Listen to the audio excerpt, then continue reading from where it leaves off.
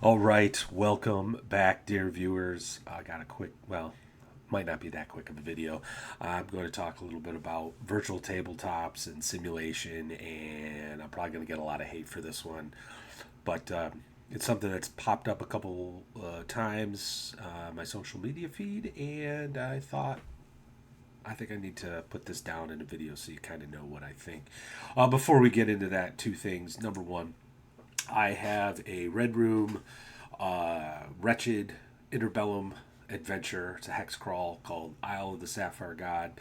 PDF $5.99, I believe it is, at Giant Slayer Games. Please check it out if you want something pulp 1920s kind of fantasy horror.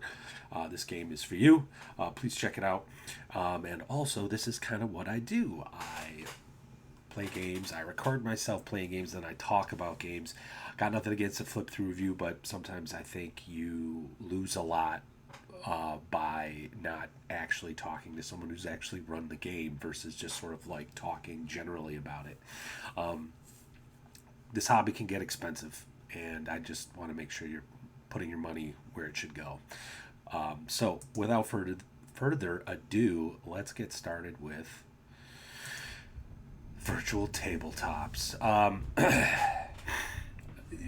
Yeah, so for some of you, a lot of you probably, you've been gaming online, so you kind of already know what this is, what a virtual tabletop is. But I am going to start as if you didn't know. Probably for a lot of you, you started using virtual tabletops during COVID because we were all locked away into our homes with no one to game with or talk to, really. So the virtual tabletop, Discord servers, things like that really helped us connect with people, our friends, new people that you maybe have met, were talking to on forums and other places. And the virtual tabletops, helped us game. And basically, a VTT is just a digital platform that simulates a tabletop for RPGs. Duh. Um, to qualify for a VTT, the platform must have at least these three things: a shared table for everyone to see. They log on and they see the image, the map, the whatever. Um, Tokens that they can move around, like their character, and then the game master is moving monster tokens around, and then a dice rolling mechanism of some kind. Roll 20, Fantasy Grounds, Foundry, and a few others have some bells and whistles to, quote, enhance the experience. These are things like line of sight, fog of war, dynamic lighting. I think Fantasy Grounds actually included for their 5e games, characters with dark vision would only see black and white as opposed to a color map unless light shined on that map. So you have, like I said, these bells and whistles that get kind of added on. And I must say, these virtual tabletops do require an upfront cost. You have to pay to subscribe or participate, own, whatever, the use of the platform. So, what I like about VTTs is that I get to play with my friends online. Um, it's a great, I've met some great people that don't live in my state. They are literally hundreds of miles away, if not thousands. And I get to game with them now, right? I can schedule games at odd times as opposed to the usual, like Saturday afternoon, Sunday afternoon, Friday night or something. I could schedule a 2 hour game on a Monday night. If you got nothing, because you probably have nothing else better to do. What are you going to do? Watch some TV or game with some of your friends?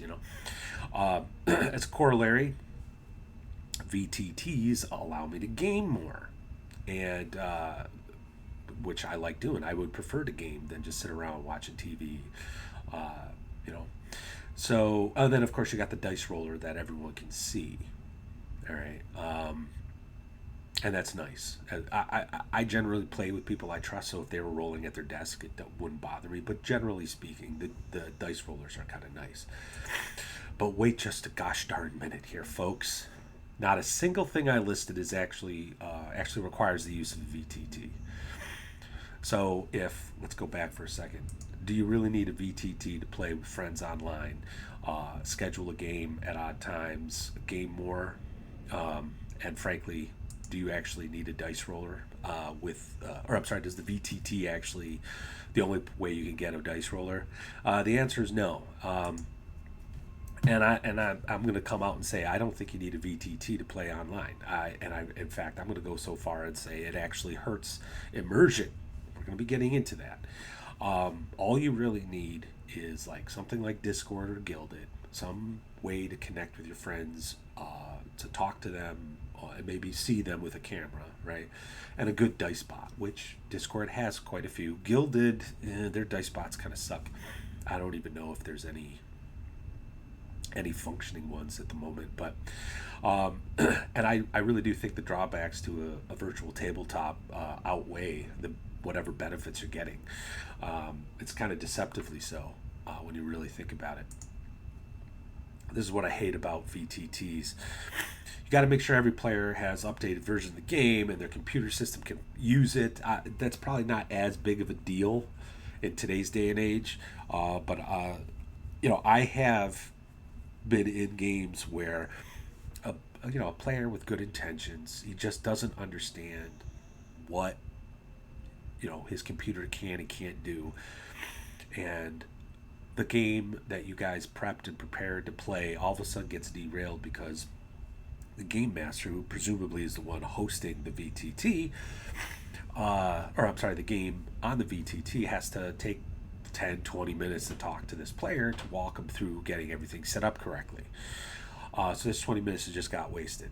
I think a lot of the bells and whistles, like dynamic lighting, for example, flickering lights on the map, like, yeah, it's cool, but if they don't work the way you want, next thing you know, invariably someone's like, we got to fix this. How do I fix this? And it happens like every game session I have been on where someone's using a VTT and incorporating all the bells and whistles.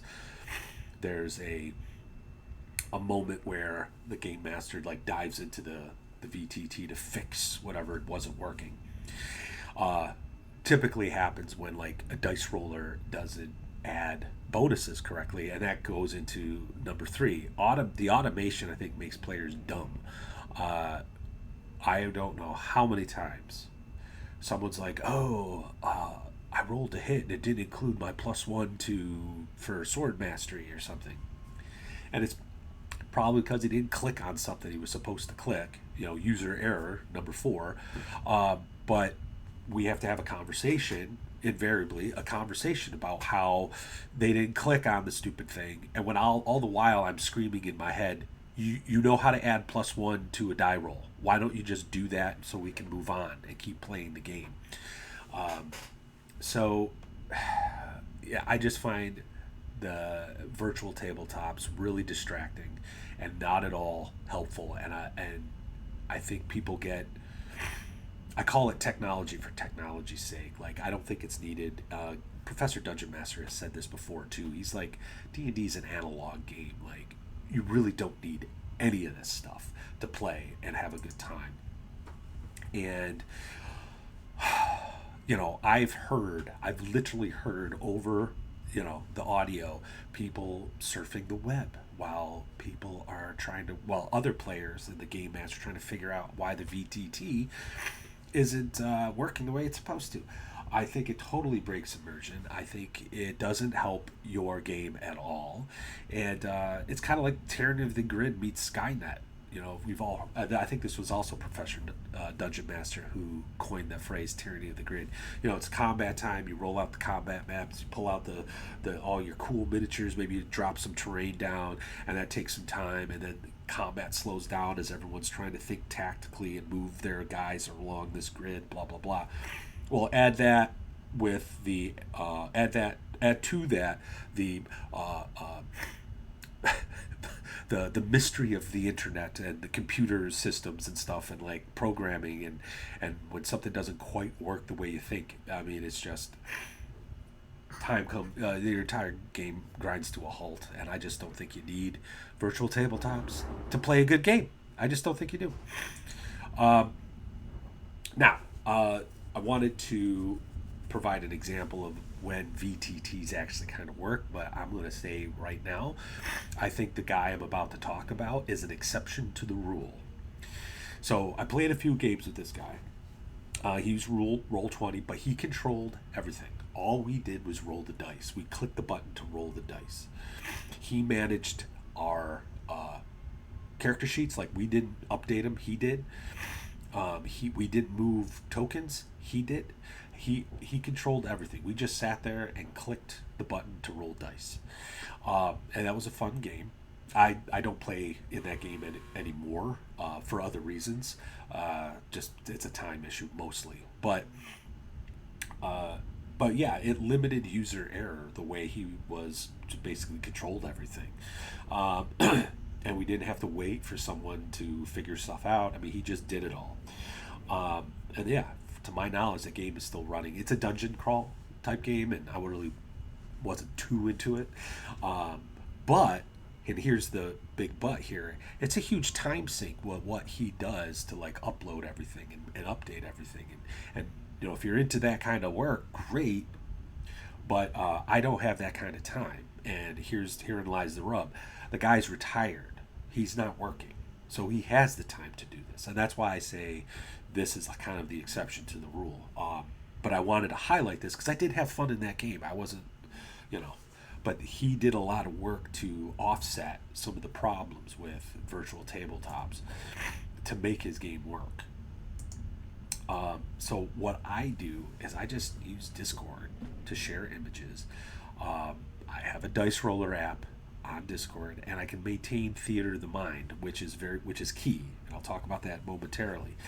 And then I can use Microsoft Paint to help facilitate gameplay by sharing that screen and just drawing on the image, the map, or whatever to kind of show what's happening and to help players sort of see what's happening. So, for example, I'll just show you level 1 of Temple of Elemental Evil. If you watch my actual plays, you will see that I do this kind of stuff all the time. So, like, just recently, they were in the Earth Elemental temple, and I just like, okay, here's an Earth Elemental. It pops up here, it moves here, then it moves here, then it moves here, then it moves here, and then we had our Lizard Man guy. Let's see if I can get this to.